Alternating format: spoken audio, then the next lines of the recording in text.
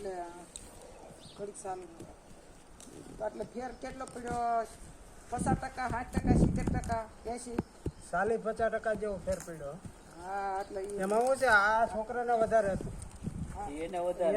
એને જો ગરવ ભરાઈ ગયો નગર આખો લેવાય તો તમને ખબર પડે કાકડામાં કઈ ખબર પડે, પણ ભાઈ મારું એમ ન કહેવાય ઘટી ગયું, મારે કેટલું કહેવાય?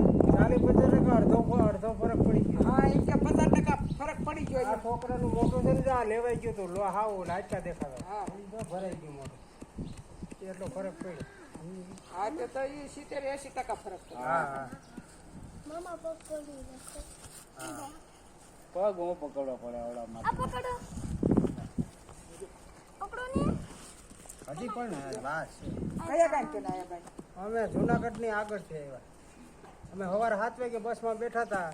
અહીંયા આગળ એટલે બાબરકોટે ઉતાર્યા. તમારું ગામ? અમારું સારંગ પીટી, એટલે માણાવદર તાલુકો, જુનાગઢની ઓલી બાજુ. જુનાગઢથી 40 કિલોમીટર થાય અમારું ગામ, પોરબંદર બાજુ.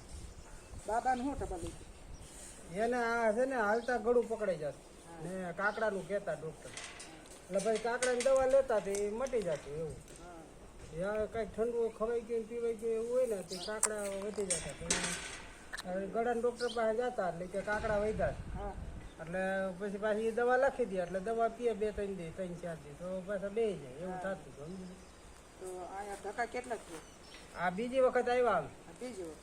હા, એક વખતમાં બીજી વખત અમે તેથી આવ્યા હતા ને તેથી બપોર અમે ઉતરા આવ્યા અને અમે ત્યાં 11:30 તમારી પાસે આવ્યા હતા. પછી અમે પાછા મંદિરે વહી ગયા, ઓલા રિક્ષા બાંધીને આવ્યા હતા. એટલે એવું લખવાનું. હા, ઓલા ગોધરાવાળા ઓલી બેન વાયરી હતી, પાછી બીજી વખત આવ્યા હતા. પછી અમારે ભેગા એમાં આવ્યા, આશ્રમે અમે ગયા, અહીંયા જમીન પછી 4 વાગે પાછા આવ્યા હતા અમે 3:30. આપા ટકો બીજો થયો ને? હા, બીજો તકો ચોથી વખત થા.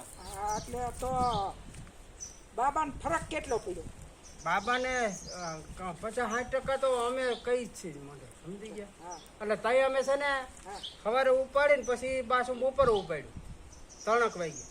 પછી અમે સારંગપુર વહી ગયા હતા. સારંગપુર રાત રોકાઈને પાછા સવારે આવ્યા હતા અમે. 3 ટ્રક તમે ઉતારી. હા, ચોથી વખત આવ્યા હતા. તમે એમ કીધું 10 અઠવાડિયા પછી આવજો ને. અમે શનિવારે આવ્યા હતા ને આજ પાછો સોમવાર છે, એટલે 10 દિવસ થયા. તમે 10 દિવસનું કીધું હતું કે હા, એટલે 50%, 60% ફરક પડી ગયો. હા પકડી રાખો. હાથે પકડવાની. કાંઈ ના તો એ તો કઠણિયો છે, મને ખબર કઠણિયો છે. છે. હા, તમે હાથ લઈ. કઠણીઓ છે કાંઈ. ડાયો છે, કઠણિયો છે. બોલો. હા,